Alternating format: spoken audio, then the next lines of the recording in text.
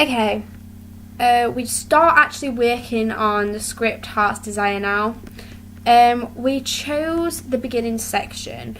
Now, we're not sure whether we're actually just going to do this bit or whether we're just going to explore it a bit, but I think it's better to sort of look at the beginning section because it has a lot of short intervals where the scene breaks.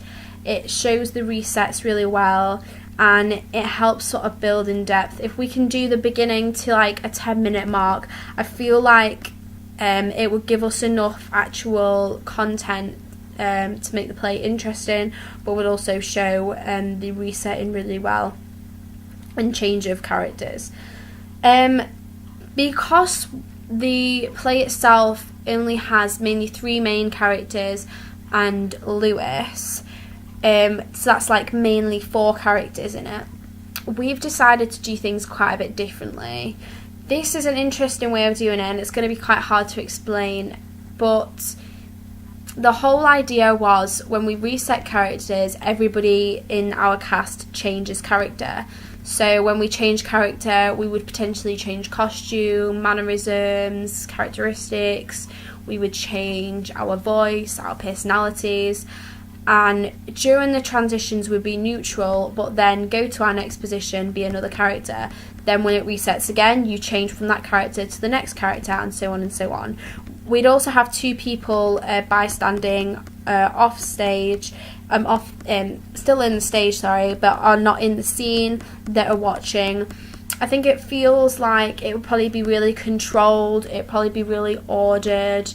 The whole idea of the people, we could potentially utilise the people who are not doing anything. They could hand things to the people who are actually in the scene, and it would again enhance this idea of control. And I think that links quite well with Churchill because she looks at a lot about political messages, and in society a lot of society is controlled.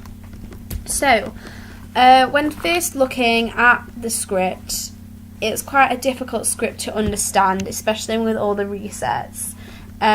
We attempted to just do a script, a read with everybody. So first of all, we read it through with only 3 or 4 characters, the first few pages of the script, and we evaluated the type of character that they are, so showing that Brian is quite a worryful character, he's quite concerned about Susie, he still babies her, and Alice is quite a strong female character, which is no surprise considering Churchill's background and what she wants to try and put across.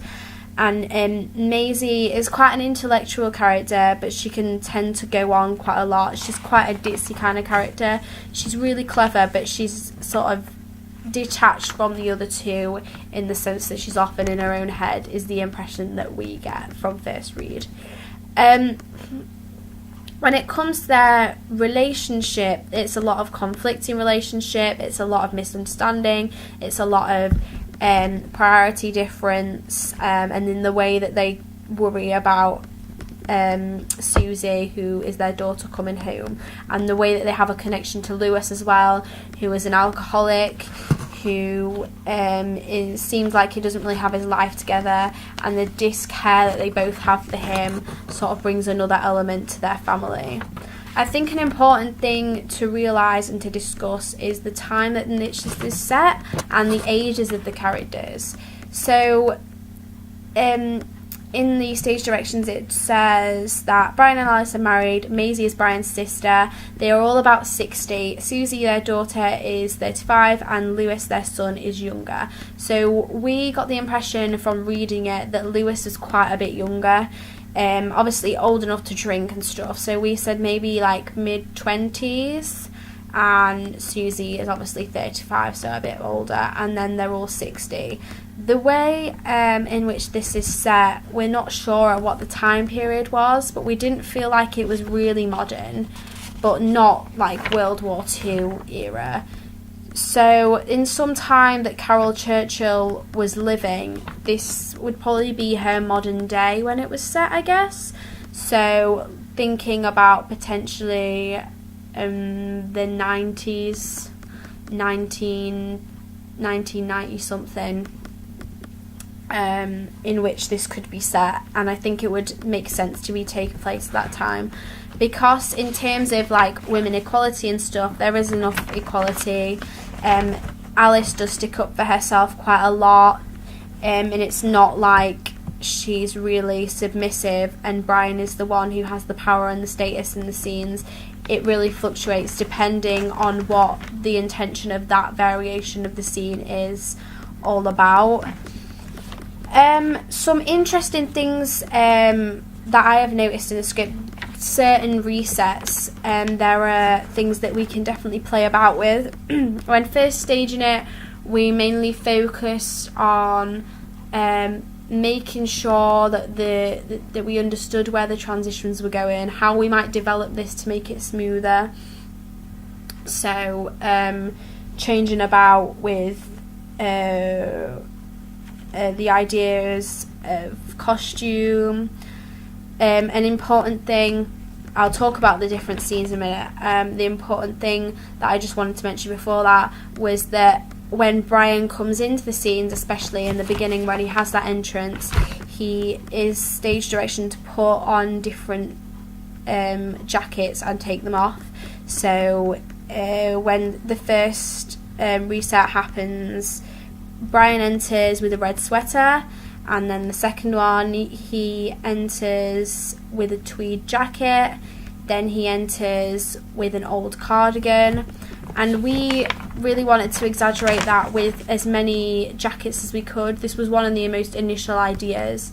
We thought about each person coming on with a different jacket, playing Brian's. Brian would be distinguished by that jacket, by the different types of jackets and the different characteristic that would happen in the scene, and then he would take off the jacket and the next person would come on with a different style jacket and a different kind of feeling to it. Same characteristics more or less, but slight variation as it was subtle variations in each of the resets. We thought about piling on the jackets. That was a really early on idea. The idea of piling on the jackets, showing progression of time, showing the audience like more metaphorical sense in like the waiting is taking longer, and that there's an increase in impatience.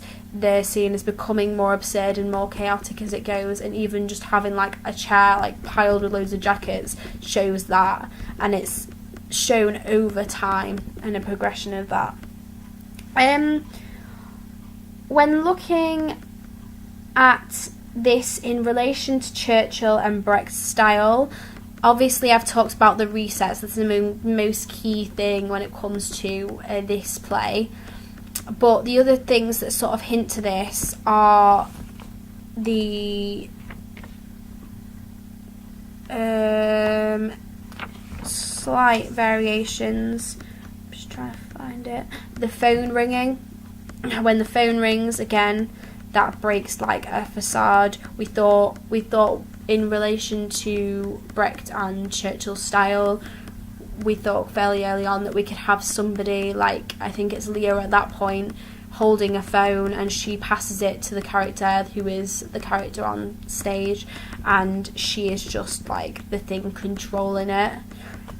We thought about when some of the fights take place, engaging some of the audience with it. The introduction to Lewis, which is a different thing because he obviously shows contrast with their relation to Susie, their deep connection to Susie, because that's what the whole play is about, them waiting for Susie to come home, and Lewis is there, sort of the disposable kind of child, this disappointment. Keeps going. Later on it starts to reset, not from the beginning again, but from certain points. And I think that's to show some progression in the scene. There's a small horde of children rushing around the room and out again, and they sing a sort of song. They're playing games and things, which is a bit random, which also breaks the illusion as well, builds up the abstract and absurdity. and then gunmen burst in and kill them all, and then it resets again from the beginning. So in terms of understanding the script, it's quite difficult to understand. We did look at staging the first couple of resets, and when we showed it to the other people in the class, they said they didn't really understand it, but the concept was interesting. And I think that if we can get the understanding there, and then the concept will come with it, and then the main message will also come with it, and then I feel like then we're getting close to what Carol would try to achieve. Finally, I feel like the way it was written is obviously going to be different to the way we put it on, because we're using Brecht as quite a big influencer. It'll be different because we have so many people and we have this character change, but I think we're going to have to focus a lot on making sure character variation is there, having a point to it, and then changing the costume and making that flow really well is something that we're going to have to definitely focus on.